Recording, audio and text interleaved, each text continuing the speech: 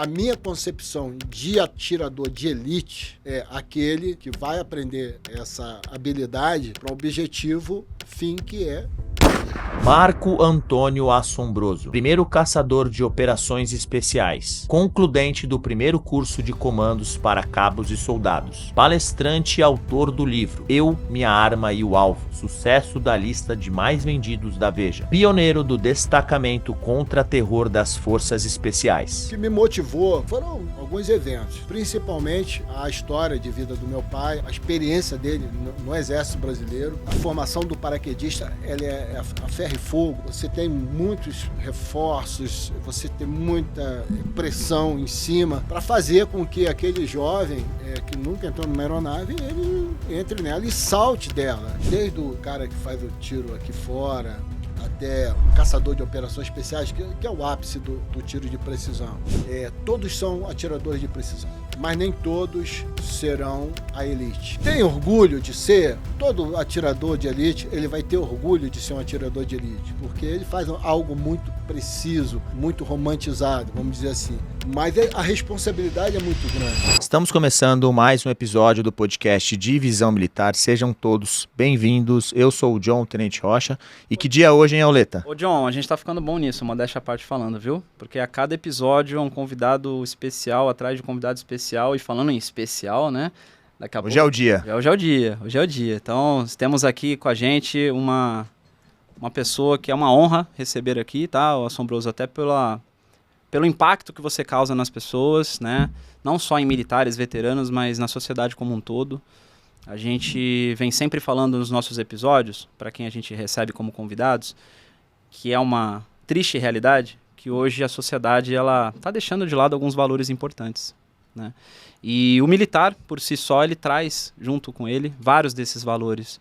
Então a nossa comunidade, não só para os veteranos, que obviamente é quem mais nos escuta, mas a gente quer que essa mensagem chegue para todas as pessoas, para todos os jovens. E quando a gente escuta pessoas com histórias reais, como a sua, que a gente vai escutar aqui hoje, isso com certeza vai servir de inspiração para muita gente. Então eu quero agradecer de verdade por você estar aqui. Sei que a agenda não é fácil e você mesmo assim aceitou o nosso convite. Então seja bem-vindo à Divisão Assombroso. É um prazer tê-lo aqui. Força! Prazer é todo meu. Obrigado aí pela confiança, pela convocação. Vim aí com o João e com o Souza Lima, a gente compartilhando aí essas histórias, é muito legal.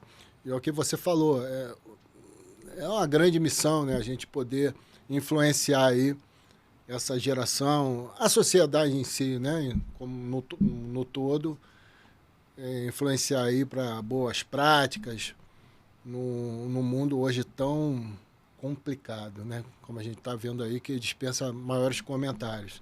Então, a gente poder, de alguma forma, contribuir, compartilhando nossas histórias, aí, as nossas experiências de vida, as nossas visões de mundo, eu acho que é a missão, né? É a nossa missão. A missão do soldado, ela nunca termina, só termina quando ele vai para a sepultura. No verdadeiro soldado, né? Não querendo dizer que eu sou exemplo de nada, mas eu penso dessa forma. Muito bom. E ó, para dar um spoiler da conversa de hoje, a câmera vai focar aqui na imagem aberta para a gente mostrar como é que tá o cenário da mesa aqui, ó lá. Então a gente vai falar bastante sobre isso, inclusive sobre o livro, né? Que daqui a pouco a gente vai comentar um pouco mais a respeito dessa obra, mas é só para vocês sentirem o gostinho aí do que vem pela frente no episódio de hoje, né não, John? Sem dúvida, hoje é um dia muito especial, ainda mais poder receber o Assombroso aqui com a gente. Muito obrigado por estar com a gente aqui. E, cara, a gente queria saber, nesse primeiro momento, o que te fez entrar no Exército, o que fez ser ali a faísca, a motivação para você falar assim, quero ser soldado, quero entrar, quero fazer parte das Forças Armadas. O pessoal pode achar, o Assombroso vai ficar dando spoiler do livro aí, vai estragar minha leitura. Não, eu vou falar aqui das entrelinhas. O que me motivou foram alguns eventos, né? Principalmente a história de vida do meu pai, a experiência dele no Exército Brasileiro, na Brigada Paraquedista. Meu pai ele sofreu uma injustiça, de fato ele sofreu uma injustiça e não saiu paraquedista. Uma perseguição lá bem individualizada, né? Bem individual lá. E quando ele me contou isso, eu já tinha lá meus 16 anos. Até então, eu sabia que ele tinha servido a Brigada Paraquedista, mas eu não sabia que ele não tinha saído paraquedista. Ele sempre não entrava muito em detalhe, até que quando eu completei 16 anos, ele contou a história que um sargento o perseguiu e, por conta disso, ele não saiu paraquedista.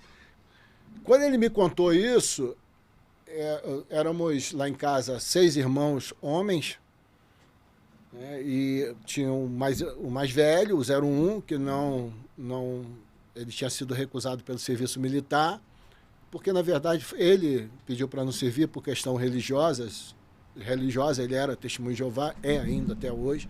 Por questão religiosa, ele não quis servir e ele sobrou. O irmão, imediatamente acima de mim, o Alexandre, ele tinha um impedimento físico, né, paralisia cerebral, não poderia servir. E eu tomei para mim aquela missão de honrar o nome do meu pai e ir buscar o brevet de paraquedista, as asas de prata do paraquedista militar do Exército. Eu tomei aquilo como uma missão.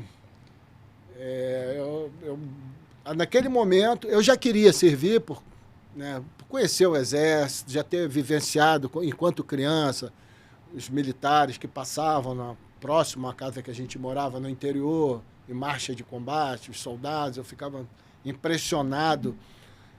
Eu e a criançada lá éramos bem pequenos, e aqueles soldados passavam, uma zona bem rural de Nova Iguaçu, eles passavam em marcha lá e juntava a garotada para ir lá assistir os soldados passando, né? Todo ano passava 2, 3 vezes lá.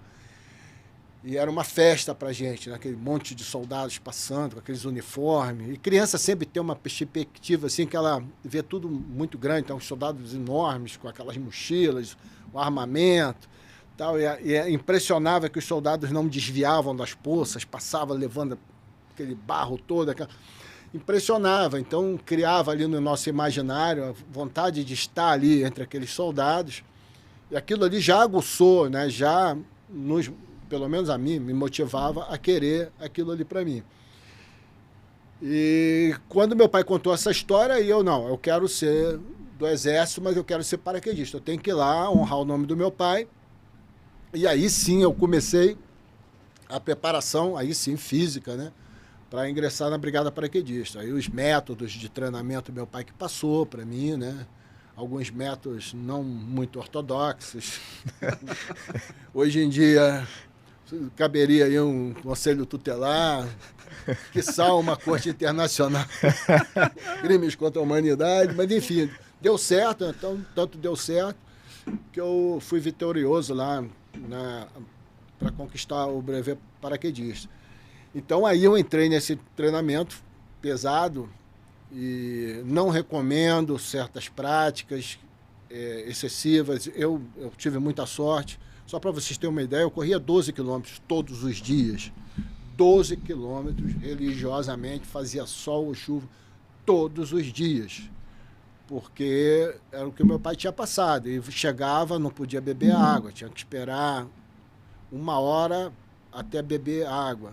Não importava se estava frio ou quente. Não é correto, a gente sabe que tecnicamente não é correto, mas funcionou para mim. E eu tive muita sorte de não ter um problema maior.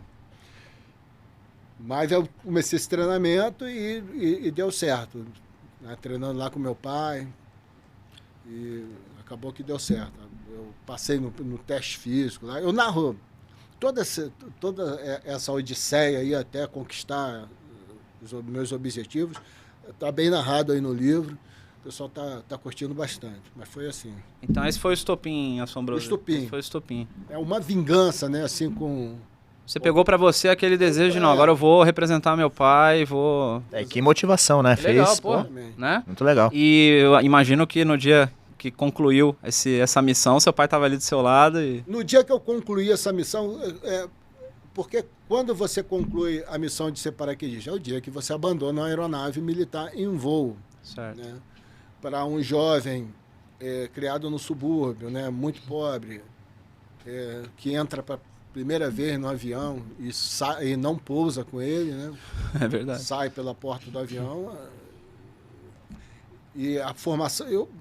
o texto está muito encaixado aí, tá? Ele representa... As pessoas vão viajar quando entrar nesse texto. Então, você entra no avião, a formação do paraquedista ela é a ferro e fogo, né? Então, você tem muitos reforços, você tem muita pressão em cima para fazer com que aquele jovem que nunca entrou numa aeronave, ele entre nela e salte dela. Se for algo assim humanizado, não vai. Nem todo mundo vai saltar, e ali 100% salta. Então é um momento que você sai da aeronave, ali tem um texto muito legal, que ali eu dou praticamente eu dou ok para o meu pai. Está consumado. Né? É quase ipsiliter isso aí. Está consumado. Ali eu falei, o senhor está vingado. Missão cumprida. Missão cumprida. Que legal. Então, muito legal, muito legal. E tá bem descrito isso aí, o pessoal vai curtir. Muito bom. E Assombroso, cara, eu tenho uma curiosidade, e aí, óbvio, fica à vontade, eu sei que muitos, com certeza, a obra deixa isso muito claro, né, de como. Mas se você pudesse trazer pra gente em que momento, ou em quais circunstâncias, ou quais as experiências que te levaram a olhar para a direção do sniper, para olhar mais para esse lado de atirador, em que momento? Porque até então a gente está falando da experiência militar mais focada na questão do seu pai, né, de paraquedismo e tal. Mas em que momento da carreira que virou essa chave?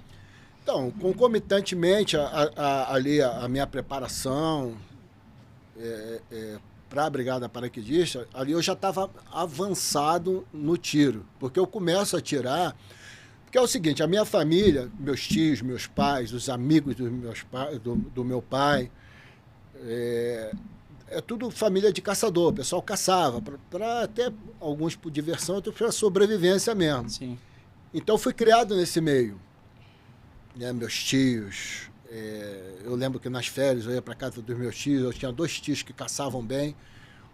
Né? Então, eu tinha esse contato, eu ia com eles, obviamente eles tinham muito cuidado com a questão do armamento, porque eu era muito jovem.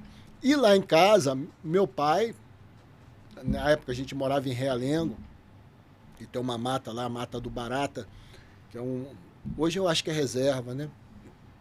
Mas tinha muitos animais, aí meu pai ia para lá com um primo dele, que era também caçador, eles voltavam lá com aquelas histórias de caçada, voltavam com os animais, né, capturados, e eu vi aquilo, eu fui criado assim, nesse meio. Só que eu caçava com estilingue, era o que eu podia, né? Até o momento em que eu tive contato com uma carabina de pressão, de uma forma assim inusitada, despretensiosa, mas eu tive esse contato e peguei essa carabina para mim, que não era minha, era do meu irmão, só que o meu irmão não usava. E ali eu comecei a atirar, meu pai viu que eu tinha talento para o tiro, né? E ali ele começou a me ensinar as técnicas de tiro, né? Os fundamentos. Tem fundamentos que meu pai me ensinou lá atrás, que eu era garoto, ainda criança, pré-adolescente, e que eu carreguei a vida toda, carrego até hoje, né?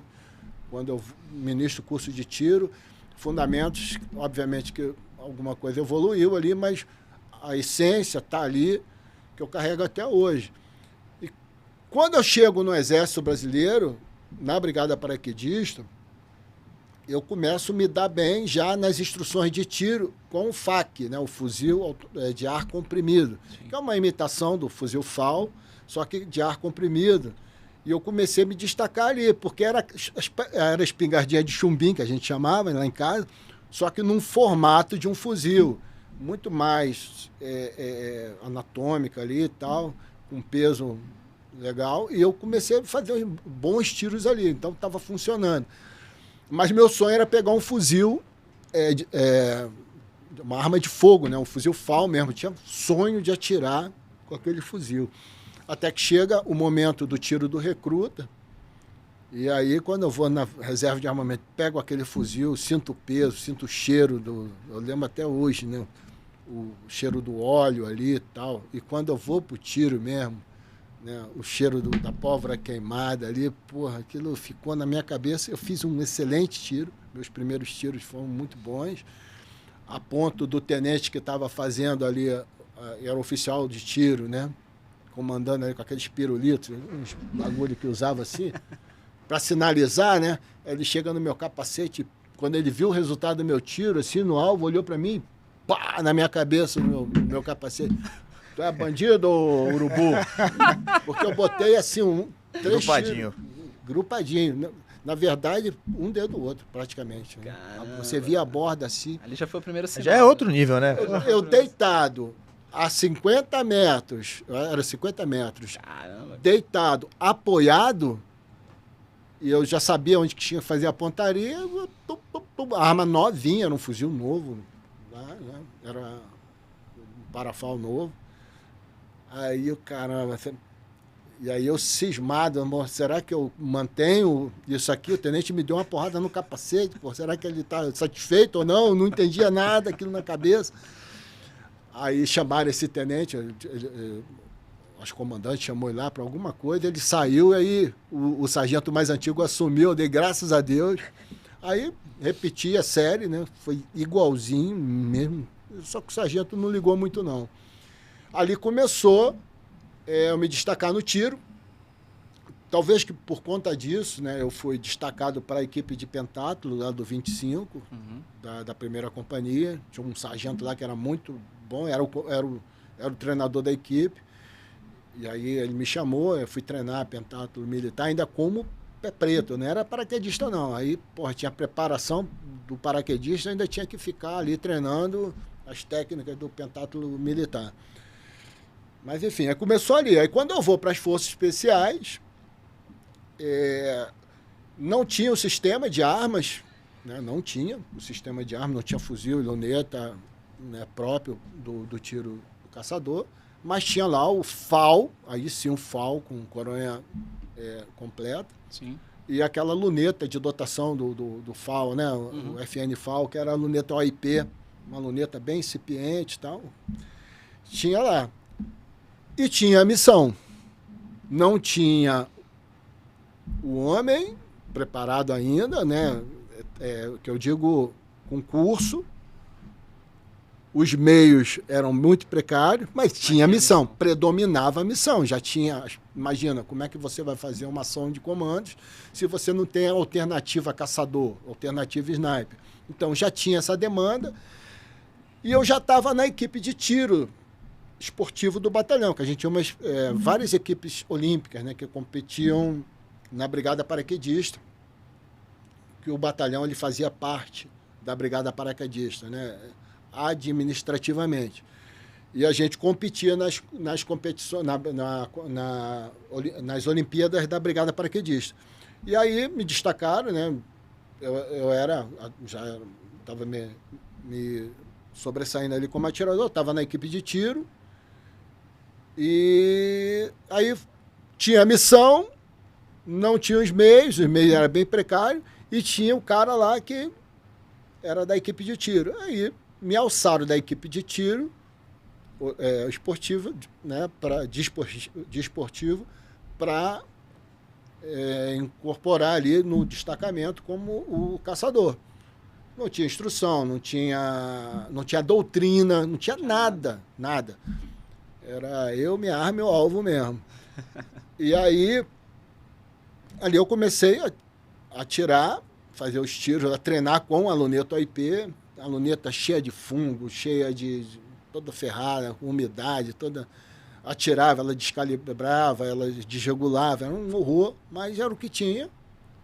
Enfim, e chega um comandante no batalhão, o Álvaro de Souza Pinheiro, que foi um divisor de águas ali do batalhão de Forças Especiais, que ele chega com, né, um cara que fez Special Force lá fora, tal, veterano da guerrilha do Araguaia, né, da década de 60, 70 lá. E ele chega para colocar o batalhão num patamar de operacionalidade, um patamar maior. E aí ele cria lá a pista de combate em localidade, que era para treinar os comandos no contra-terror. Né? As táticas, as técnicas e os procedimentos da tropa comandos em missões de contra-terrorismo. E aí criou lá um espaço, uma comunidade, né? A pista tinha lá prédio, muro, torre, tinha tudo lá que uma comunidade possa ter, edificações, para os comandos atuarem ali contra insurgência, né? Contra grupos armados ali, homiziados. E a ação começava com tiro de comprometimento, o tiro do caçador. E aí o que eu tinha ali era o fuzil FAL, eu ia lá quase 100 metros, praticamente 100 metros era a distância, 100 jardas ali do alvo, eu tomava uma posição e startava ali a operação com um tiro de comprometimento, tiro do caçador. Não era o tiro federal ainda, era um tiro no crânio, tinha que dar, era uma... A gente usava, né? Improvisava, né? Ou era bexiga, né? Ou que dava um efeito melhor, eram umas lâmpadas. No batalhão tinha aquelas lâmpadas de mercúrio, certo, ovaladas assim, que era bem menor que uma cabeça, né? Sim. A silhueta. A gente colocava, porque quando o projétil atingia, soltava aquela fumaça branca, aquele pó branco, e tinha um efeito plástico muito legal. E a gente usava aquilo ali. Aí entrava em posição, aí havia a incitação para a rendição da força insurgente armada, e eles obviamente se negavam, né, revidavam, e aí entrava com o meu tiro lá. Eu nunca errei, graças a Deus, porque eu treinava muito com mira aberta. E eu tinha uma melhor performance, obviamente, por mais que fosse incipiente a luneta, eu tinha melhor performance ainda com a luneta. Aí eu acertava tudo ali. Começou assim, sendo que no final de 1989, final da década de 1980, chega aí sim o sistema de armas Sniper, que é um lote da HK com PSG-1. Ele vem para minhas mãos. Isso depois de quantos anos, Assombroso? Bom, eu comecei ali com tiro de precisão. Vamos lá, 85, 1986 ali eu já estava dando tiro de caçador. Caramba. Aí depois, 88, acho que chega a pista de combate localizada, ou início de 89, e final de 1989, aí sim chega o primeiro sistema de armas. Sniper, PSG-1, MSG-90, eu não lembro outras. Tinham 3 fuzis, né? Eu acho que o G3 também com luneta, mas veio para minha mão o PSG-1, e eu lembro que o chefe da equipe de tiros de olímpica do batalhão era o então capitão Cris Coelho. Aí eu lembro que ele chegou para mim e falou assim, ó, Marco Antônio, ele falava Marco Antônio, não, o Pica-Fumo, chegou, me chamou, né, e mostrou, ó, chegou, acabou de chegar, tal, esse fuzil vai ficar com você, só não leva para casa, você vai explorar esse fuzil, vai atirar tudo que pode com esse fuzil. A partir de agora, esse fuzil vai para a pista de combate de localidade com você, não passa para ninguém. Fuzil de sniper, fuzil de caçador, é dotação do caçador, nem para a mãe dele deixa mexer, ok? Vai ficar com você. Aí, a partir dali, quando eu olhei naquela luneta, assim, tudo mais claro, um campo de visão lá na frente, maravilhoso, aquele retículo, né? Aquele novinho, né? Tudo lindo, a imagem linda, né? Como se tivesse saído na TV de tubo, aquelas antigas, para uma de LED, dessas modernas. Então, aí eu deitei, né? Eu comecei, obviamente não tinha livros, não tinha instrução, não tinha doutrina, não tinha nada.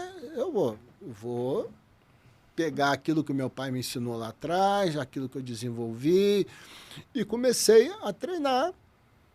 Fui entendendo como é que regulava. Ó, aqui manda para a esquerda, aqui manda para a direita, aqui sobe, aqui desce, não sei o quê. E comecei a testar, anotava tudo. Né? Chegou o momento que eu estava dominando. Aí comecei a treinar com alvos em movimento. Eu fui sempre impondo dificuldades. Não, vou impor dificuldades. Eu já entendia que o ambiente de combate era dinâmico, era caótico, e eu tinha que ter as minhas saídas, né? Eu tinha que ter as minhas soluções. Então, 2 treinamentos que eu fazia muito lá, eu criei um sistema com...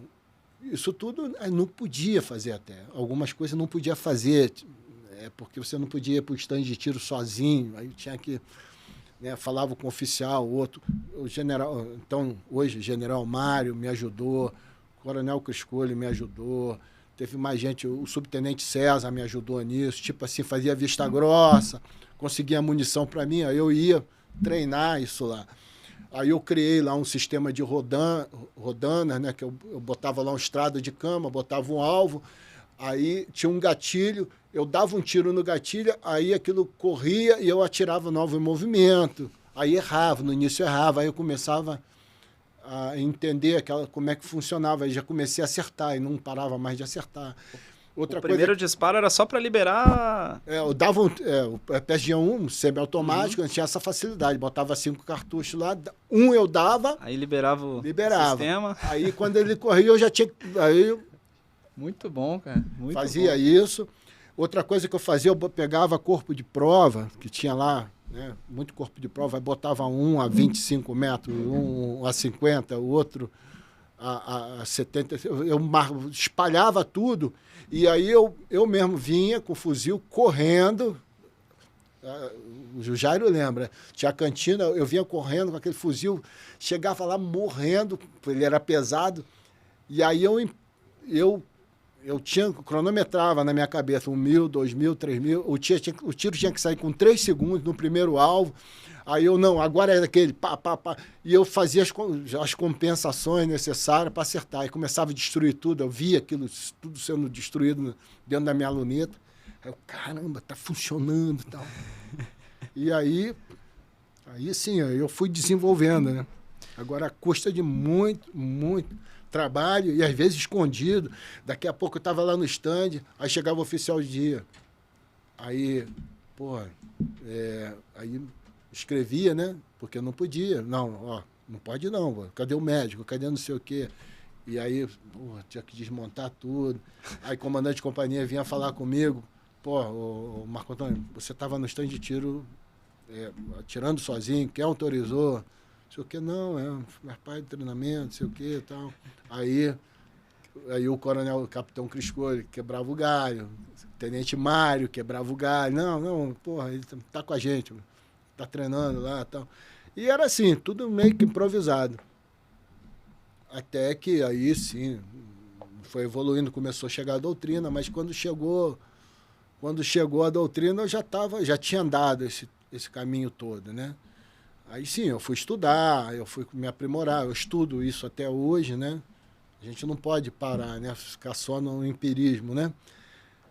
Aí eu comecei a me aprofundar, fui entender o que era MOA, e muita coisa que eu já experimentava antes, sem saber o nome, eu fui descobrindo os nomes, aí são outros momentos, né? Outras descobertas. Muito legal. Ô Sombroso, eu me emociono quando falo isso, porque eu poderia ter ficado quieto. Na minha, deixa rolar. Né? Quantas críticas eu recebi, até de colega. Cara, o exército não merece isso não, rapaz. Tá se expondo aí, vai se ferrar aí, né? Vai tomar uma parte aí, vai tomar uma cadeia. Eu falei, cara, mas eu prefiro me ferrar agora do que se eu for pra guerra não estar preparado, né? E você tinha paixão por isso, né? Uma coisa que, desde o primeiro contato que você teve ali com o FAO, já te moveu. E paixão. Que legal. E, cara, muita gente acha que, às vezes, um tiro de precisão, ou até é só você apertar o gatilho e mirar. Quais são as grandes complexidades que você vê no tiro em si, principalmente numa situação de combate? Você falou situação de combate. Desde do cara que faz o tiro aqui fora, de precisão, até o caçador de operações especiais, que é o ápice do tiro de precisão, né? Vamos colocar assim. Todos são atiradores de precisão. Né? Mas nem todos serão a elite, atirador de elite. A minha concepção de atirador de elite é aquele que vai aprender essa arte, né? Vai aprender essa essa habilidade, vai desenvolver essa habilidade para o objetivo fim, que é matar. Então, todos são atiradores de precisão, mas nem todos têm condições de entrar nessa classificação de atirador de elite. A elite, no meu entender, a elite, não é o termo elite para esse grupo, não é um destaque especial, assim, louros para esse grupo, não. É que cabe a ele a tarefa mais difícil do homem normal, não, que não seja um psicopata, que é tirar a vida do próprio semelhante. Não é fácil. Então, eu vou ficar só nessa parte aqui. Não é fácil. É você ver a pessoa dentro da luneta e neutralizar essa pessoa. Já começa a dificuldade antes de acontecer. Você fica receoso, tanto que muita gente não faz. E soldados experimentados no mundo todo, testados, de operações especiais, muitos negam a abertura de fogo, negam esse tiro. E daqueles que fazem o primeiro tiro, ficam incapacitados e psicologicamente para fazer o segundo tiro. Tamanha é a reação que aquilo vai gerar nele. Então, mais do que treinamento, é condicionamento. Então, treinamento é uma coisa. Eu consigo pegar um jovem talentoso, eu costumo dizer isso. Eu posso pegar um jovem talentoso com bom treinamento, se aquilo é inato dele, ele tem aquelas qualidades, eu até consigo colocar ele num pódio olímpico, consigo. Agora, não significa que ele saia do pódio olímpico e vá para uma missão real neutralizar um alvo, porque aí entram outros fatores, né? E alguns que você nem conhece, que você nem sabe se você tem. Não tem como chegar para uma pessoa e falar assim, e perguntar, ela me responder com precisão: você é capaz de matar? Ele pode dizer por bravato, ou até por impulso, ou até por pressão ali, sou sim. Não, não é. É na hora que ele vai saber se pode ou não, se consegue ou não. Comigo foi assim. Eu tinha sempre essa... Pô, e quando chegar a hora, como é que vai ser? Uma coisa que me ajudou é que eu mentalizava que era a minha missão. Essa coisa de eu preciso cumprir a missão. A missão é atirar, então eu vou atirar. Então o objetivo maior era cumprir a missão, que é neutralizar. Essa parte mais emocional, esse aprofundamento, ficou automaticamente relegado ali a segundo plano. Então, quando eu vi, aconteceu. Já aconteceu, eu estou aqui, estou disposto, eu acho que eu estou disposto a fazer novamente, não me atingiu de forma assim a me impedir, então eu acho que deu certo. Então, esse condicionamento que o atirador, que é, né, o caçador, o sniper, atirador designado, todos esses vetores que são os atiradores de elite, esse condicionamento, esse enrijecimento físico e psicológico que ele passa durante o curso, meio que condiciona esse indivíduo a executar quando ele for chamado para a missão. Começa por ali, mas depende muito da cabeça dele. E aí tem também, obviamente, os valores que ele carrega, né, da vida dele. Conversando com algumas pessoas, você já percebe se ela tem, assim, se ela dá indícios de que possa negar ou que é um cara que você pode confiar. Indício não quer dizer que aquilo vai se concretizar, que a tua observação ali ela é exata, que ela é precisa. Não significa. Mas já dá um certo indício. A pessoa, por exemplo, que tem, né, os objetores de consciência, né, que os caras que falam, não, eu não mato. Aí ele já se declarou, né, que não vai matar, e a gente reza muito que esses caras não entrem num curso desse nível, porque se eu não atiro, eu abro um gap para alguém atirar, e vai atirar no meu companheiro. Então, não se apresente, por favor, nada contra o objetor de consciência. Faça que nem o meu irmão fez lá atrás. Não quero servir o exército por questão religiosa. Ok. Já disse para que o que ele queria.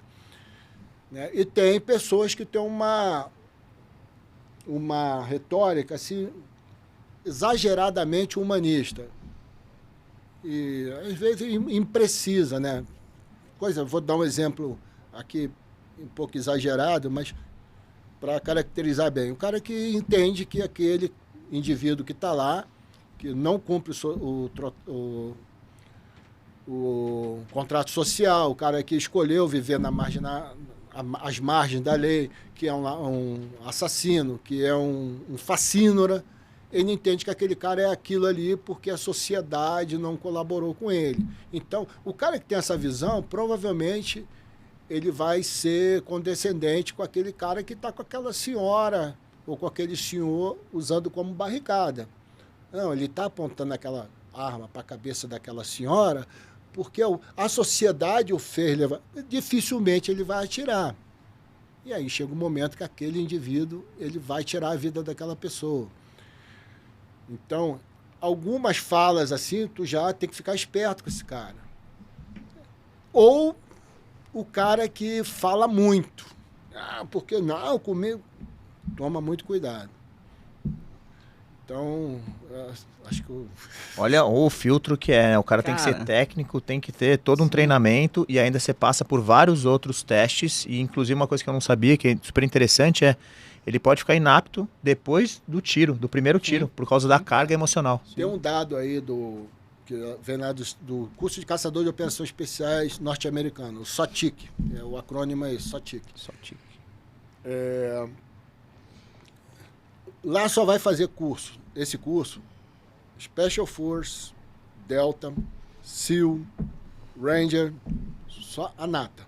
Só os caras de tropa de operações especiais que vai fazer esse curso. Daqueles que se formam, de 5% a 10% não dá o primeiro tiro. E desses que dão o primeiro tiro, de 15% a 20% não dá o segundo tiro. Baixa psiquiátrica. Olha só. Eu estou falando de cara que passou por enrijecimento físico, psicológico, do nível de Delta, do nível de Special Force, de Rangers, de SEAL. Os caras testaram. Isso é dado que vem de lá. Né? E eu estou falando de uma sociedade que tem um histórico de guerras. Sim. Uma sociedade que tem a cultura do tiro. Né? Assombroso, primeiro, cara... É muito legal ouvir uma história dessa, né, cara? De quem praticamente levou nas costas por um bom tempo isso sozinho, né?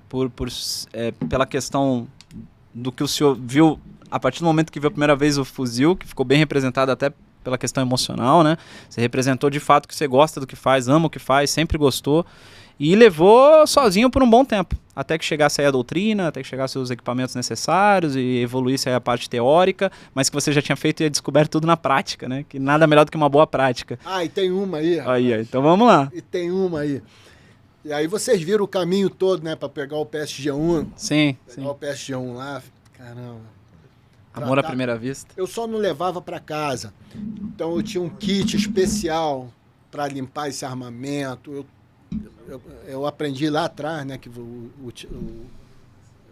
atiradores de precisão, vocês têm que fazer isso. Atirou, você limpa o cano durante 3 dias. Deixa o armamento lá, limpou no dia do tiro.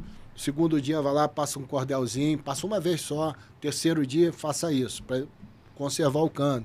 Então, tinha todo esse cuidado, aprendi isso lá atrás, com grandes atiradores. Um deles, o Coronel Criscolli, o maior atirador que eu vi até hoje, nunca ganhei dele. O cara nasceu para aquilo ali. Enfim, é o Pelé aí do tiro de precisão. Tanto de arma curta também. E aí aprendi essas coisas. E aí o PSG-1, chegou no momento, né, foi ali a tábua da salvação, foi ali a arca do triunfo, chegou para mim. E aí a coisa vai evoluindo, brigada de operações especiais, sai de batalhão, cria-se a brigada de operações especiais, então uma grande unidade ali, um vetor de modernidade, chegando equipamento pra caramba, começa a chegar os fuzis M24, Ultima Ratio, Barret, né? E aí tem um simpósio de operações especiais lá no batalhão. Aí um tenente novo lá, bem intencionado, né? Vocacionado, mas ele começa a jogar pedra no PSG-1. Não, porque o PSG-1 é pesado para atividade, não sei o quê. Aí eu, meu Deus do céu, que vontade de falar algumas coisas para aquele tenente. Que vontade. Pô, não joga pedra no PSG-1 não, tenente. Meu Deus do céu, eu amo, sou apaixonado por esse fuzil. Como se estivesse falando mal da... Mas era uma outra realidade. Ele estava ali sim, com... sim. Ele tinha à disposição dele, depois chegou, né, o MSR, esse último aí, multicalibre, já começa a faltar o nome das armas. E aí ele jogando pedra. Agora imagina se eu ficasse jogando pedra lá no meu Falco Luneta lá atrás. Né? A melhor arma, o melhor... É o que eu falo nos meus cursos, né? Eu falo... Eu desafio, né, a assistência ali. Vamos lá, pessoal. Melhor fuzil de precisão do mundo. Aí fala um nome lá. Fuzil que eu nunca ouvi falar. Essa galera conhece tudo, né? Lê tudo. Aí, fulano, não sei o quê. Aí eu falo, não, pô. É o melhor fuzil de precisão, o melhor rifle de precisão é aquele que a instituição pode te dar. É aquele que o teu orçamento pode comprar. Faça dele o melhor. Né? Olha só, sem falsa modéstia, eu fiz o meu melhor com aquilo que eu tinha. O Vasily Zaitsev fez o melhor com aquele que ele tinha. O Morte Branca lá, o Simon Raya, fez o melhor com o que ele tinha. E o melhor que ele tinha não era o melhor do mundo. Lá o soviético lá mandou 250 oficiais nazistas para o Quinto dos Infernos com um fuzil tosco. Se você for olhar bem, o Cheromozina Gun, né? Não era um fuzil próprio para aquilo ali. Ele cumpriu a missão. O outro lá também, o Simon Raya também, nem usava luneta, né? E era o que ele mandou lá, uma caralhada de gente para o inferno. E eu lá com o meu fuzil Falcon luneta, com um carregador escorado ali com papelão de caixa de munição, era o que tinha. Então faça o seu melhor com aquilo que você tem. Né? Porque o melhor do sistema de armas, porque o sistema de arma é arma, munição, luneta e a pecinha que vai atrás da coronha, o homem. Faz toda a diferença. Assombroso, parabéns, cara, porque assim, você tá trazendo pra galera, através do tiro, que é a tua especialidade, uma lição, né? Uma lição de vida pra que as pessoas, ao invés de ficarem reclamando do que não tá bom, cara, pega aquilo que tem e dá teu máximo. Foi exatamente o que você fez, né? Eu acho que foi até o contraponto do tenente que você mencionou. Em vez de ficar reclamando, porque é pesado, porque é grande, porque é isso, porque é aquilo, meu irmão, procura entender, procura pôr na prática e faz o teu melhor que o resultado vem. Parabéns por isso, cara. Muito legal e tenho certeza que vai servir de incentivo pra galera aí. Ouvindo, né, o que o Assombroso falou, principalmente da questão do primeiro tiro e do impacto que isso causa na pessoa após o primeiro tiro, isso me remete, obviamente, até a alguns assuntos que a gente teve aqui no passado, até com o Souza Lima, né, que falou da parte psicológica e tal.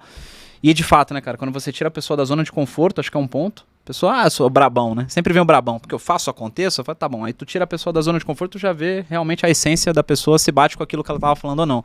E mesmo assim, ainda tem um outro lado, que é esse que você traz pra gente agora, que eu também não tinha parado pra pensar por esse ponto, que mesmo o cara sendo bom tecnicamente, tendo um bom desempenho até por questões físicas, né? Tecnicamente preparado, físico bom, provou fora da zona de conforto que aguenta a pressão, mas aí quando ele vai pro acionamento do gatilho e do outro lado tem uma vida, ele se confronta com questões morais, éticas, e aí tem esse confronto que junta toda a preparação com a questão voltada para mais ali da essência da vida, e isso confronta o cara, e não é todo mundo que consegue, exatamente igual você falou. Então olha só, mesmo o cara sendo 0-1 em tudo, o cara pode ser o 0-1 no físico, 0-1 na técnica, 0-1 no papiro, ele pode chegar no momento do acionamento do gatilho numa missão real e travar, cara. E a resposta só vem na hora ali, não tem como você treinar. Você pode tentar prever algumas coisas, mas como o Assombroso disse, é uma resposta que só vem depois do momento. E isso do ponto de vista psicológico, neurocientífico, cara, é fascinante, porque eu não consigo, pelo menos não agora, eu não consigo pensar em uma outra profissão que chegue nesse nível de... Eu não consigo. Porque... E outra, né? Mesmo que ele consiga acionar o gatilho, ainda tem mais uma. Mesmo que ele consiga, mesmo que ele cumpra a missão, ainda vem o pós. Que talvez o segundo disparo nunca aconteça. Talvez termine ali, né? Então, realmente... O que eu quero que as pessoas entendam é o seguinte, que não é matar sob pressão. Não é uma reação. Você não está... Porque alguém pode pensar assim, não, mas se alguém vier me assaltar... Não, veja bem, só há, é o que eu costumo falar, só há 2 caras que vão matar com pressão 12/8, com temperatura normal, pulsação ali equilibrada. É o psicopata. Mas esse aí é um doente moral, não tem jeito, ele está à margem da sociedade, não tem jeito. Ele vai matar por prazer e tranquilo ali. Aquilo ali vai satisfazer ele. Então ele mata porque é a índole dele. E o atirador de elite, que mata por profissão. Ele é obrigado, pelo tipo de tiro que ele vai fazer, a estar equilibrado, sua pressão sanguínea é equilibrada, sua respiração, que é interrompida ali em certo momento, seu pensamento coeso com a missão, tranquilo, para não contaminar a precisão, porque as emoções elas vão para os músculos, vão para os tendões e contaminam a precisão.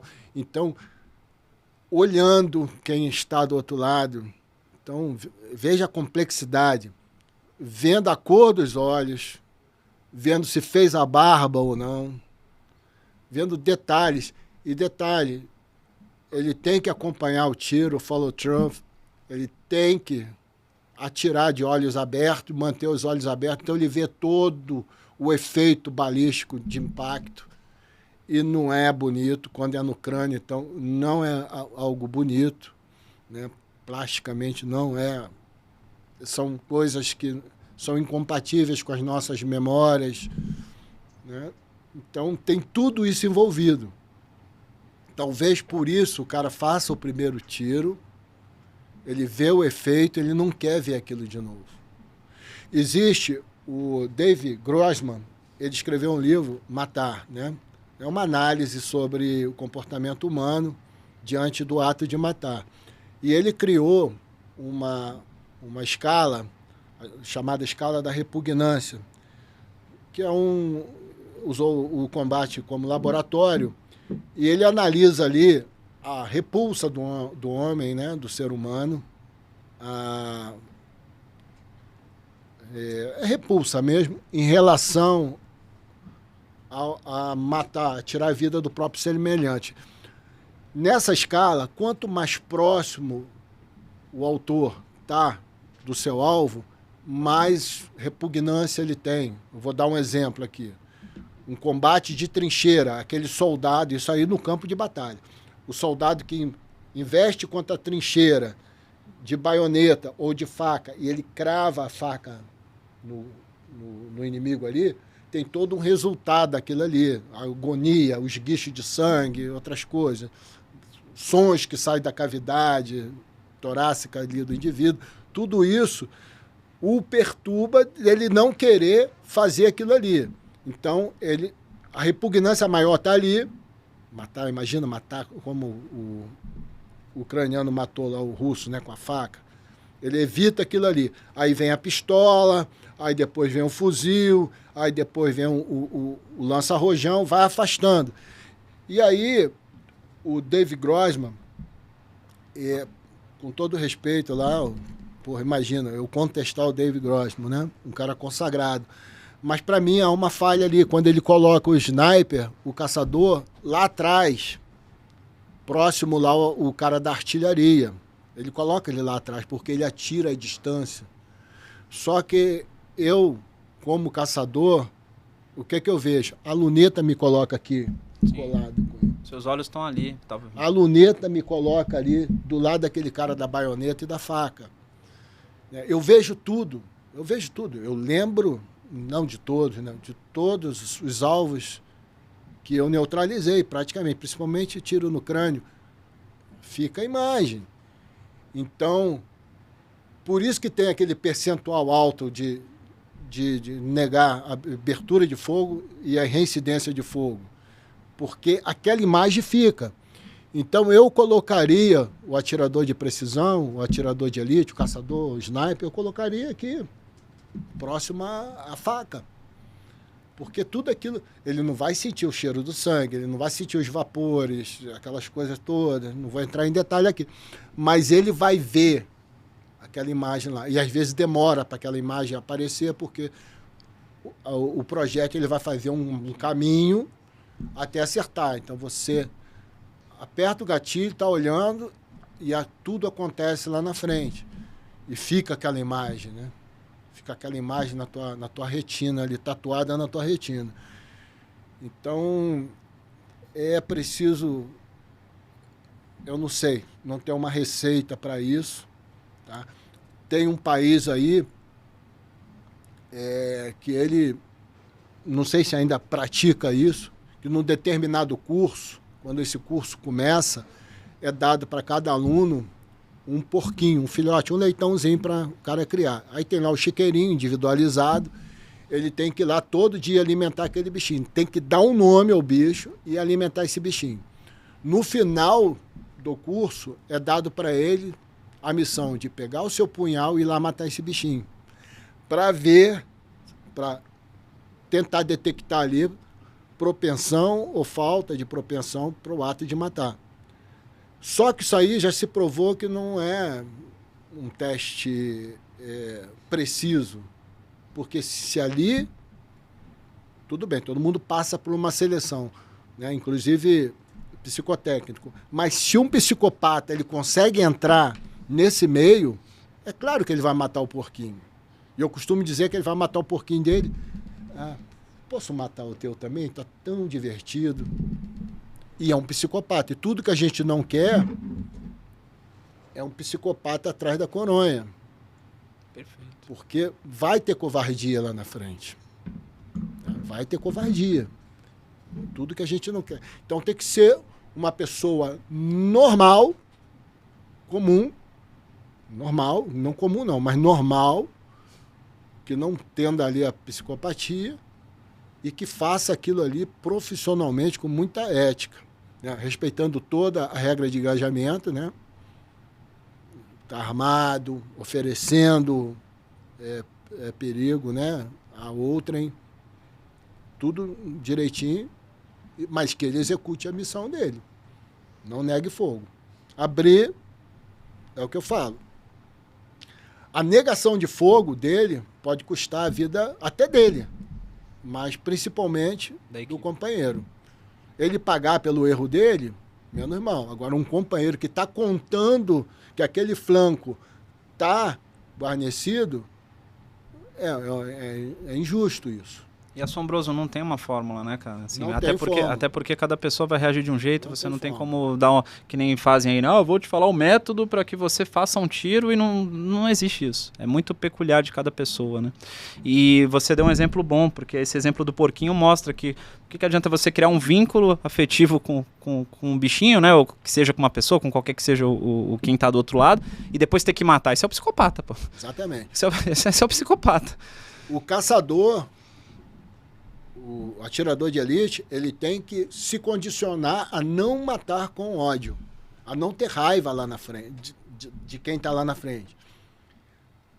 É difícil, porque somos seres humanos, a gente tem as notícias, a gente vê tudo, a gente acompanha a sociedade, e você, claro que você se posiciona, claro que você tem uma ideia daquele cara que está lá na frente, você tem uma opinião formada, mas procure não levar para esse lado, principalmente o caçador das Forças Armadas, porque ele é preparado para uma guerra convencional.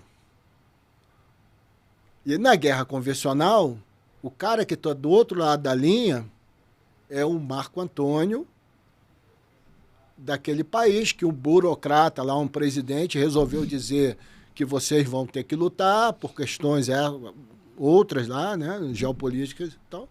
E você sabe que aquele cara que está sentado ali no celular, e você está vendo que ele está vendo ali a foto da família, como é que, se você se condicionou a matar com ódio, vou matar minha marginal, tem que matar, porra, vagabundo, não sei o quê. Porra, aí tu vê o cara ali, não, ele é o Marco Antônio, ele é o meu equivalente. Só que ele tá do outro lado, cara. Ele tá vendo, olha, ele tá na carteira dele, vendo fotos da filhinha dele. E eu vou passar o cara, Se ele, a missão dele é fazer aquilo, pô. O oficial tá sentado lá, vendo fotografias lá, ou falando com a família, e você vai matando. Como é que você vai fazer aquilo se você se condicionou a fazer aquilo, apertar o gatilho com ódio? Não vai apertar. E não vai cumprir a missão. Tudo está em jogo. Marco Antônio, você falando disso principalmente, teve algum momento em alguma missão, alguma operação que te marcou assim? Além, óbvio, das imagens, tudo que você comentou, mas teve algum ponto que te marcou assim que você lembra até hoje? Enquanto caçador? Isso. Cara, algumas sim. Deixa eu escolher uma aqui, cara. Ver porra, apesar de que o cara era um inimigo, né, eu sabia que era bandido, ele veio na nossa direção, todo arrebentado, né, e a metade do rosto. Era uma coisa assim que era incompatível com a vida, né? A cena, o Badão lembra disso, todo o destacamento ficou todo mundo olhando, aquele cara vindo na nossa direção, da base Jamaica, e um coágulo enorme aqui pendurado, e aí eu virei pro comandante de destacamento e pedi permissão para fazer cessar aquilo ali, né? Dar uma morte digna para aquele cara, e foi negado, né? Veio a pergunta óbvia: Assombroso, está armado? Não, não está armado. Então, regra de engajamento. E aquele cara ficou ali na nossa frente um tempo, e vendo aquilo ali foi impactante, né? Pô, quando vai logo, né? Isso aí foi impactante. Depois ele até caiu e aconteceu o que a gente já previa, né? Mesmo porque estava muito... Isso aí foi impactante. E outra coisa impactante, ver... Aquilo foi demais. O bandido atirando na população. E ele estava escondido, eu vendo, né? As pessoas tomando tiro, e eu não conseguia fazer nada. Eu gastei algumas munições para tentar desalojá-lo. Eu não tinha um antimaterial, ele estava atrás do muro. E eu comecei gastando munição e botando mais munição para tentar desalojá-lo, até conseguir, né? Porque eu já estava quase perfurando o muro para pegar ele do outro lado, na marra, para ver se ele parava, né, de atirar. E ele já tinha eliminado senhoras, crianças, ele atirava em todo mundo para imputar a culpa à tropa. Eu achei aquilo ali horrível, né? Porque quando eu vi ele atirando para um lado, eu falei, não tem tropa ali, cara. O que esse cara tá fazendo? Aí quando eu percebi, que eu vi as pessoas capotando lá, né? Aí impotência total de não conseguir desalojar aquilo ali. Já tinha gasto o AT4, senão eu até dava um tiro de AT4 naquele desgraçado. Mas até que ele saiu, ele se sentiu incomodado, mas aí ele já tinha feito ali pelo menos umas 5 baixas, né, de civis. Com o intuito de colocar a culpa na tropa. Cara, eles faziam isso, e aquilo ali me impactou muito. Eu falei, caramba, não consigo resolver. Vontade que dava de descer atrás do cara, e não consegui.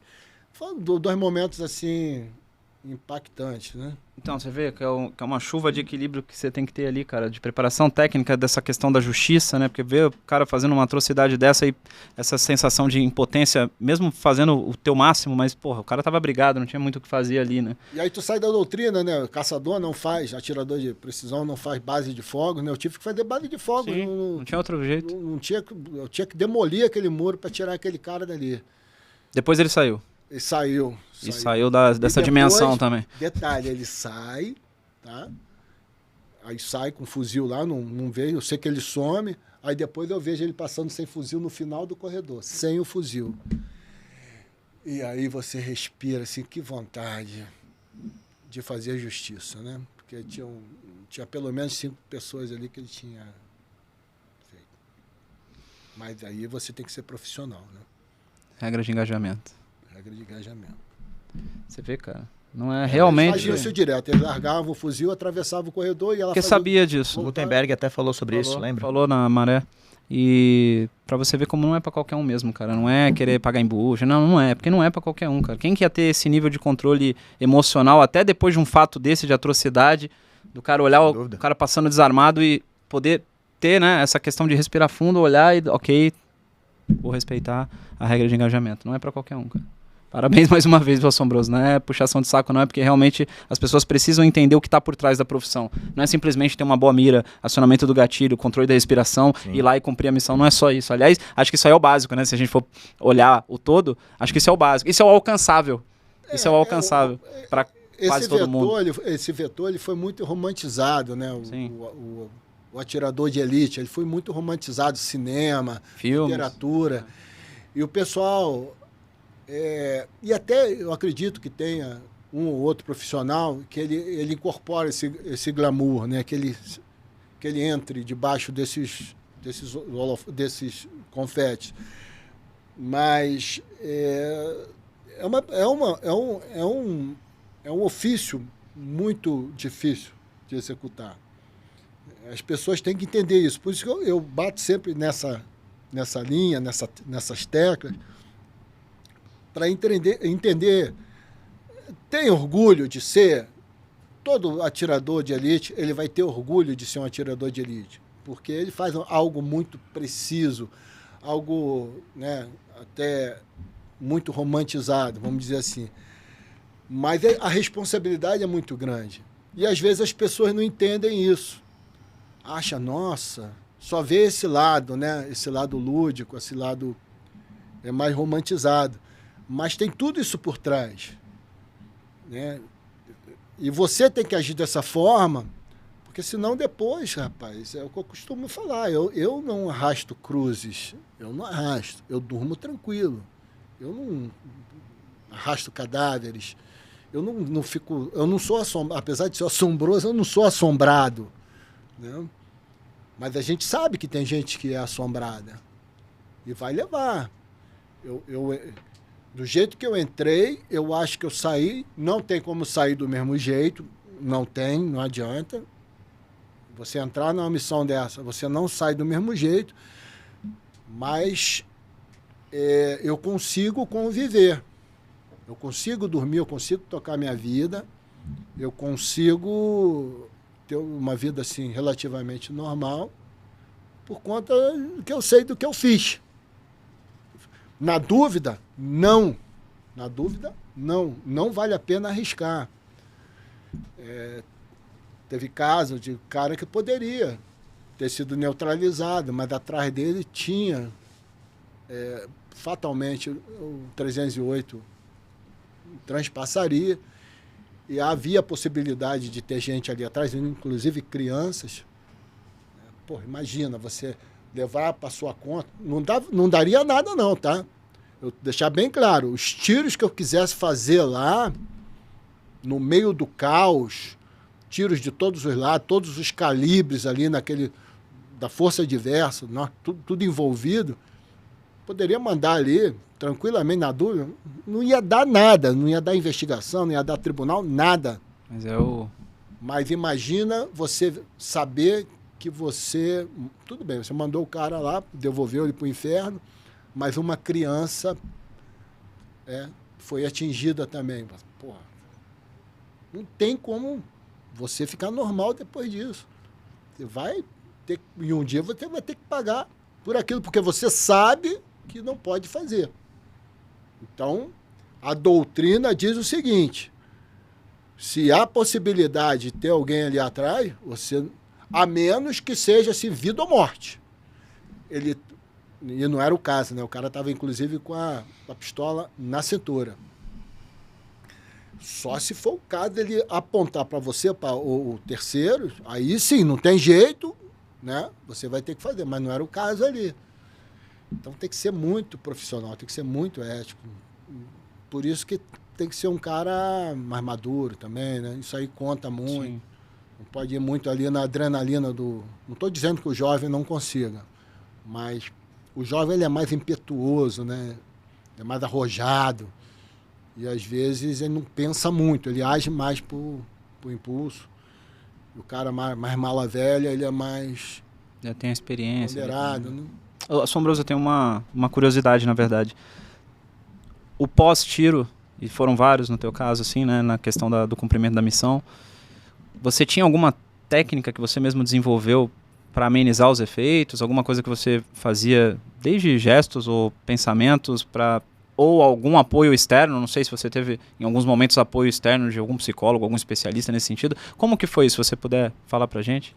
O nosso psicólogo lá no Haiti era o Bodão. O Bodão. Excelente. Não, sério, cara. Excelente. Sério. A gente até zoava ali, não na hora, né? Mas ficava ali, achava aquilo ali até meio, assim, transcendental. Tal. Mas aquilo funcionava. A gente chegava, né? Adrenalina lá em cima, aquelas imagens todas muito frescas na cabeça, né? E com alguns efeitos ali na farda, algumas coisas assim, que eu não vou entrar em detalhe. E aí o Bodão reunia todo mundo, ele era o subcomandante, e ele convocava até o comandante, reuníamos todos ali, e ele fazia uma oração. O principal objetivo da oração ali, a pauta número 1 da oração dele, né, era encaminhar as criaturas que tinham sido retiradas aqui do nosso plano, encaminhar elas para o destino que elas merecessem, não, com uma oração ali. Mas aquilo ali dava um certo conforto espiritual para a gente ali, e até psicológico e físico, sim. Né? Que era um momento que dava uma desacelerada ali. Aí a gente saía dali, né? Normalmente a gente era liberado, e aí, sim, aí charuto, uísque, quando dava, não tinha outra missão, a gente era liberado, aí tomar um uísquinho, fumar um charuto, ficar ali entre a gente, conversando sobre aquilo ali, ajudava a diluir ali o efeito daquilo tudo que a gente tinha visto. Né? Então, funcionava bem assim. Eu ainda não tinha não tinha me convertido ainda, né? Hoje eu sou católico apostólico romano, e a minha conversão ela passa pelo Haiti também, né? O meu processo de conversão, isso também entra na conta. Mas eu sempre fiz minhas orações, na hora de dormir eu fazia as orações lá, né? Não pedia perdão a Deus pelo que eu tinha feito, porque eu achava que eu tinha feito o meu trabalho. Mas agradecia principalmente, porque quando eu sempre entendi isso, se eu estou vendo eles, e se eu estou atingindo, eles podem me atingir. E não foram poucos tiros que passaram perto da minha cabeça, não. Foram muitos, e não existe sorte quando você tem fé, aquilo ali é milagre. Eu tive munição passando muito próximo ao meu ouvido, de chegar a incomodar o tímpano, né? Supersônica, né? Passa o chicote sônico no ouvido, dói, chega a doer, passou munição perto do meu ouvido. Onde eu ficava, as paredes todas furadas, né? Não tomei nem no capacete, né? Então, agradeci a Deus, e aí A adrenalina ela demora um pouco, né, a baixar, mas eu acabava dormindo, porque a gente chegava muito cansado, né? Mas nunca tive problema, foi assim. Aí quando acaba a missão, aí a gente passa por uma bateria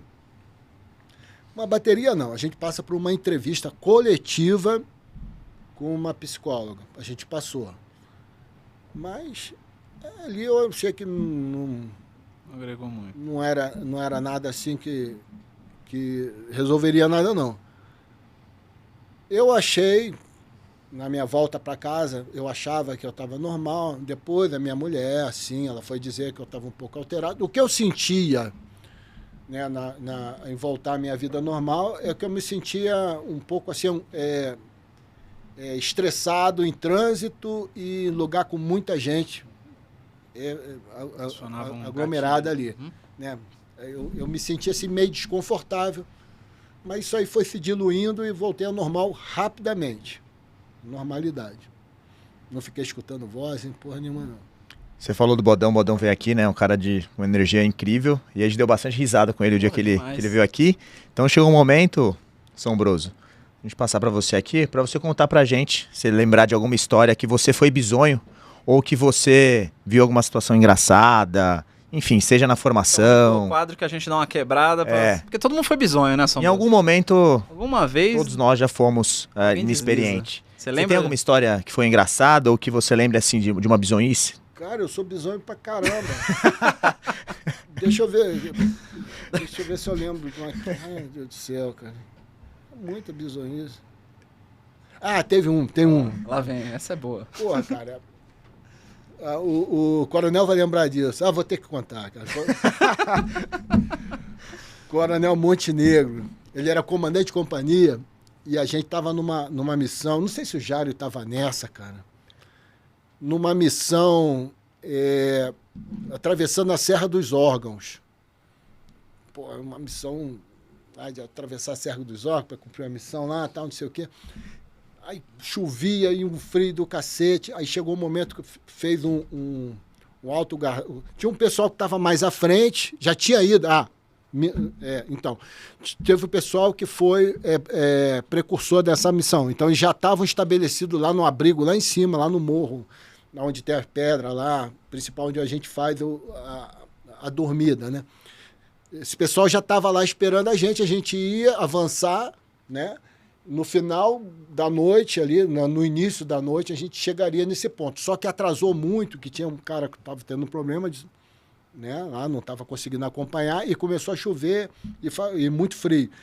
E aí a gente parou, fez um descanso ali, aí o capitão Montenegro, então o capitão Montenegro falou: ô Marco Antônio, faz um rec, vê se a gente está perto já da pedra. Aí falou o nome da pedra, não sei se é Pedra do Açu, uma coisa assim, uma pedra lá que tem lá em cima, Pedra do Sino, uma coisa assim.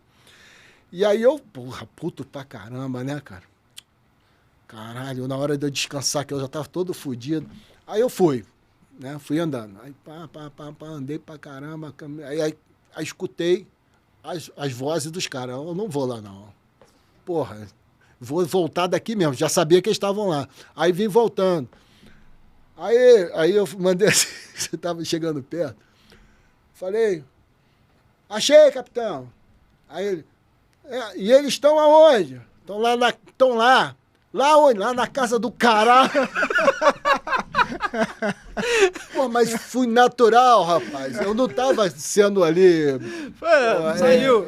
Porra, querendo, né, ser arrogante com o capitão, nem desrespeitoso. Mas saiu você, pô, estão lá na casa do caralho. Estavam longe pra cacete, por isso que eu não tinha ido até lá. Aí o pessoal começou a zoar o capitão. Aí falei, ele vai me arregaçar, pô. Eu deixei ele numa situação ruim, né? Mas ele levou de onda. Aí foi isso. A história... Mas, porra, mandar uma dessa pro capitão, comandante de companhia. Tá lá onde? Lá na casa do caralho. No roupe, assim, né? Aí depois que eu falei, puta merda, tô fudido. Só ficou esperando. Deve ter sido tão natural, né? Que até o capitão dele falou, ele não ia ser tão louco de falar isso racionalmente, não. Assombroso, obrigado aí, cara. Hoje foi muito bom, né, cara? Demais, saber, ainda cara, mais essa parte que a gente não tinha noção. Eu, Auleta, a gente sabia da carga, de todo o fardo e responsabilidade que um caçador, um atirador de elite tem, mas acho que a gente não tinha tanta profundidade de como é, e óbvio que é muito mais do que Muito a gente mais, teve a noção aqui, mas foi assim muito muito legal assim a gente conseguir ver esse outro lado. E a gente quer te dar um presente oficialmente aqui agora da divisão. oficialmente. Seja bem-vindo. É a caneca aí. Não vou até... Pra usar hoje também, inclusive já tá daqui a usando, pouco, hein? Já vai usar agora. É.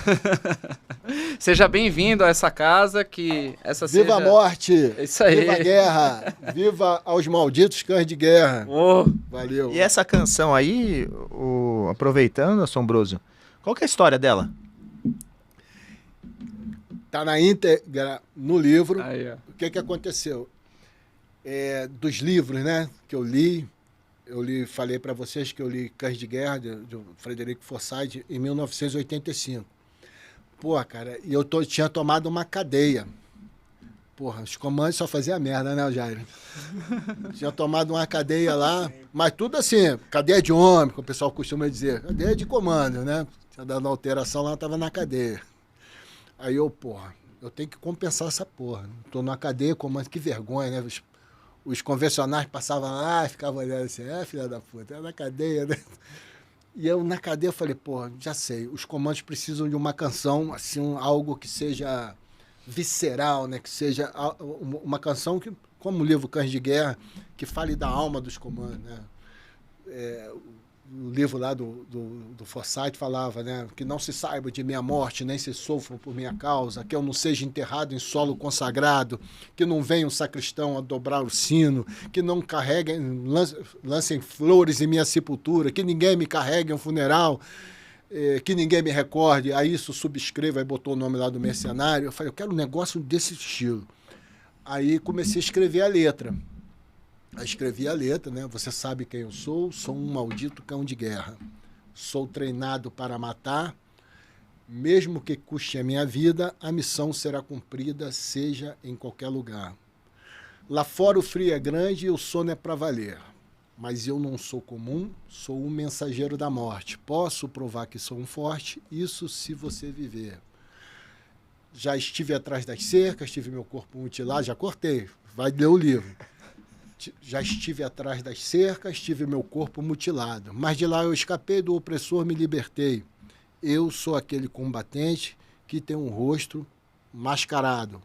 Uma tarja negra e amarela, era a cor da tarja dos comandos, né? Comando, que ostenta em o meu braço. Tenho a fibra de um imortal, sou um combatente de elite. E aí eu lançava o desafio. Quem quiser que se habilite, sou comandos herói da nação. Aí escrevi a letra e eu, não, e a música? Pô, como é que eu vou cantar isso? E na cadeia. Aí, pô, aí tem a canção do Expedicionário, eu falei, os velhinhos não vão se incomodar de eu usar a melodia, não. Aí encaixei, você sabe de onde eu venho, você sabe quem eu sou um maldito cão de guerra, sou treinado para... Sou do Morro do Engenheiro. E aí... eu escrevi e eu tenho um amigo, um cara que é muito meu parceiro, foi meu canga no curso de comando, gosto muito dele, é um cara assim, fora da curva. E aí ele foi lá, ele foi me visitar na cadeia, eu peguei, eu falei assim, eu já tinha decorado, né, eu falei, peguei assim a folha e dei para ele. Toma, é sua. Aí dei para ele, ele guardou, cara. Ele guardou. E aí tá a cópia do que eu dei para ele. Aí eu fui para o 25, BIPQDT, fazer o curso de cabo. Curso de cabo, CFC. Fui para o 25. Aí lá eu puxei a canção. Quando eu puxei essa canção, correndo lá com o curso, até os oficiais sargentos lá do batalhão, porra, que porra é essa, cara? Aí eu paguei um mistério. Não, essa é a canção dos comandos. Porra, passa para mim, pô, tenente. Se eu passar para o senhor, sabe o que vai acontecer? O senhor vai querer cantar ela. E aí, se cantar essa canção e não tiver pelo menos um comando em forma, o senhor cai em desgraça. É uma maldição que o senhor não vai querer para o senhor. Falei isso para ele. Ele, pô, não, então deixa essa porra pra lá. Então deixa essa porra pra lá. Ele era um dos instrutores do curso. Não, deixa essa porra pra lá. E aí ficou assim. Eu guardei na minha memória a letra e o Valdecir Onofre, o Duda, guardou o papel. E aí, quando eu comecei a escrever o livro, falei, vou botar. Todo mundo canta errado. Aí, né, o pessoal foi incorporando, é natural, né? Mas ela na íntegra, ela tá aí. Inclusive com erro de português. Mas tem um errinho de português aí, mas é coisa que passa. Tá da forma original, pra quem quiser ver. Viu, Guerreiro? Aí, ó. Aí, Você ó. aprender a cantar certo e a história na íntegra, que é a canção. Aqui, ó. Ela tá aqui, ó. Mostra aí pra... Só mostra rápido pro esperto não querer tirar um print aí. O mocorongo. Né? Quando a gente esquece. Cara. E olha que a gente... Tá no cantinho esquerdo ali em cima. Você vê, cara, como é legal você entender o que tá por trás da canção, né, cara? Sim. E como que foi feita. Não, mas E a imaginava importância que tem as canções, né? imaginava que tinha sido feito na Espírito de cadeia, não. É. Foi no cárcere. Aí, ó. Que história aí. No cárcere. Aonde? Pode Ah ser. lá. Aqui, ó. Aí, ó. Aí, ó. Aqui, ó. Excelente. Agora vamos começar a cantar, a puxar a canção certa agora, né? É. Aqueles que puderem, né? Ficou. Tem que ter um comando em forma, pelo menos. Uma lente de aumento aqui, ó, mas consegue ver assim. Marco Antônio, a gente tá chegando ao fim e eu queria saber de você qual duas soft skills ou duas habilidades ou duas coisas ali, competências, enfim, que você desenvolveu ou que você aperfeiçoou durante treinamento, comandos, forças especiais ou até nas missões que hoje elas são presentes na sua vida pessoal, profissional. Duas ali que você consegue lembrar.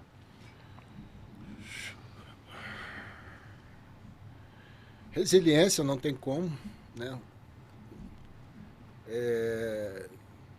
Isso foi provado, né? É desenvolvido e posto à prova durante a minha trajetória ali. Adaptabilidade não tem como. Adaptabilidade, o cara que passa comandos, ele tem uma capacidade. Às vezes ele fica meio, ele começa a se sabotar, né? Acha que não é... Não, mas enfrenta qualquer coisa. Adaptabilidade, qualquer terreno, qualquer ambiente, né? Adaptabilidade e resiliência são duas características. Tem que tomar cuidado com a coragem, né? Que aumenta muito a tua autoestima, então você fica corajoso demais. Cuidado com essa coragem.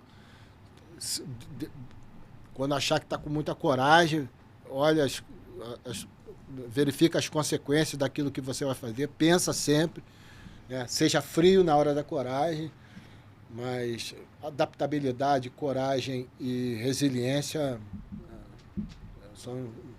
são bem desenvolvidas ali, são pontos fortes. Muito Excelente. E aí, gostou? O que pô, achou? Não tem como, cara. Isso aqui foi uma aula muito mais do que falar sobre o tiro propriamente dito, sobre o atirador. Muito mais do que isso, a gente falou sobre a vida, cara. Falou sobre como a mente humana funciona em situações como essa, que não são fáceis, que realmente é uma profissão que não é para qualquer um. E agora, mais do que nunca, eu entendo por que muitos falam isso, e é verdade, não é pra querer se aparecer, ou pra querer dizer que é o bonzão, não é, cara, porque não é pra qualquer um mesmo, porque mesmo você passando por toda aquela tríade que a gente falou de corpo, tal, e até a mente, que num primeiro momento, tirando da zona de conforto, parece estar preparada, e no ápice do tiro pode vir ali um contraponto, uma surpresa, ou positiva, ou negativa, ou nem tanto. E pode mudar tudo isso. Então, parabéns mais uma vez. Obrigado por você ter vindo aqui. Obrigado por ter aceitado o nosso convite, por compartilhar um pouco da tua experiência com o pessoal que nos assiste. A nossa comunidade, obviamente, como eu disse no início, ela é muito focada nos veteranos, né? Seja para quem serviu, seja para quem está na ativa, para os familiares desses veteranos. Mas a gente está começando a perceber, e temos até provas aqui hoje, né? Que estamos impactando a sociedade como um todo. Porque os valores, como a gente disse no início também, os valores que o militar carrega, né, dos quais você citou dois aí, adaptabilidade, resiliência e vários outros na conversa, estão cada vez mais ficando em falta. E de alguma forma, direta ou indireta, a gente está conseguindo trazer, né? A gente que eu digo não é eu e Rocha, não. A gente é só é o mínimo daqui. A gente que eu digo são vocês, que sentam do outro lado da mesa e que compartilham essas experiências, para que sirva aí para quem está ouvindo a gente, quem está assistindo a gente, para que sirva de incentivo. Não deixa a moral cair, não deixa o que acontece no contexto geral do país, etc. Isso abalar vocês a ponto de desistir das suas questões relacionadas mais ali à índole, a virtudes, a características e atributos da área afetiva, como é conhecido dentro das Forças Armadas. Não deixe isso te pegar. Tome essas histórias como motivação e siga em frente e não desista. Então, muito obrigado, Assombroso, pela tua presença. Obrigado mesmo de coração. E as portas estão abertas, a divisão está aqui para isso. O que precisar, estamos à disposição. Se quiser deixar uma mensagem aí pra gente, alguma coisa, falar com a nossa audiência, o espaço é teu. Então, como eu coloquei no livro ali algumas dedicatórias, esse livro aí ele fala sobre as missões que a gente recebe nas nossas vidas, né? E principalmente das missões que a gente toma para a gente, né, durante a vida. Então, prossigam na missão de vocês, que é exatamente isso que vocês estão fazendo aqui, trazendo pessoas que possam trazer uma história para influenciar de forma positiva aí um mundo que cada vez está mais caótico, valores invertidos, mas principalmente continuem, porque há esperança. Enquanto tiver pessoas como vocês e como eu e meus companheiros que estiveram hoje aqui, me antecederam, trabalhando, né, passando essas experiências, essas histórias de vida, essas experiências que a gente vivenciou, passando para a sociedade, a gente vai estar colocando ali, amenizando pelo menos o efeito devastador que está acontecendo dentro da nossa sociedade, né? De perdas de valores, de confusões, né? De brigas, de intrigas, de tudo de ruim que está acontecendo por aí. Então, é o nosso papel, essa é a nossa missão, vamos continuar nessa missão, então vamos caminhar juntos, sempre. Obrigado. Excelente. E aí, alguma palavra para encerrar? É o que? É força? É o quê? Comandos Força Brasil. Então é isso. Comandos Força Brasil. Obrigado e até a próxima, pessoal.